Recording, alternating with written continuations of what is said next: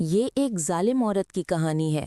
वो पूरे दिन नशे में रहती थी, किसी काम की नहीं थी, लेकिन अपने बेचारे हिरन पर जुल्म करती थी। कभी वो उबलता हुआ लावा सा गर्म पानी हिरन के ऊपर फेंक देती, कभी जलते हुए लोहे के डंडे से उसे मारती थी।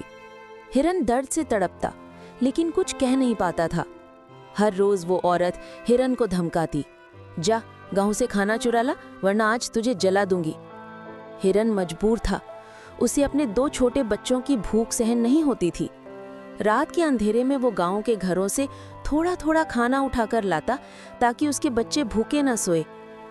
लेकिन एक दिन गांव वालों ने उसे चोरी करते हुए पकड़ लिया। लोग गुस्से में आकर उस पर उबलता हुआ पानी डाल देते हैं।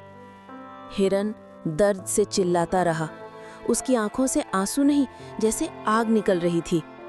किसी ने भी उस पर दया नहीं की।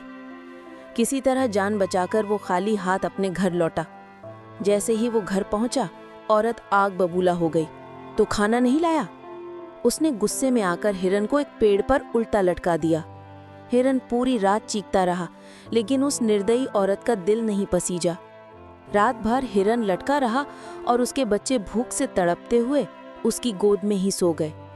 सुबह जब हिरन जागा तो उसके दोनों बच्चे गायब थे। वो इधर उधर भागा, चिल्लाया, लेकिन कोई जवाब नहीं मिला। फिर उसने देखा, बाहर एक बोरा पड़ा था जिस पर उसके बच्चों का खून लगा हुआ था। सब साफ हो गया। वो जालिम औरत उसके दोनों बच्चों को शराब के बदले कसाई को बेच चुकी थी। हिरन चीख चीख कर रोने लगा। उसकी आवाज़ पूरा गांव सुन रहा था, पर कोई आगे नहीं आया। अपने बच्चों की याद में टूटा चुका हिरन धीरे धीरे उस पुराने कुएं की ओर चला गया, जहां वो अक्सर अपने बच्चों को लेकर बैठा करता था। कुएं के किनारे खड़े होकर उसने आसमान की ओर आखिरी बार देखा और बच्चों की याद में कुएं में कूद गया।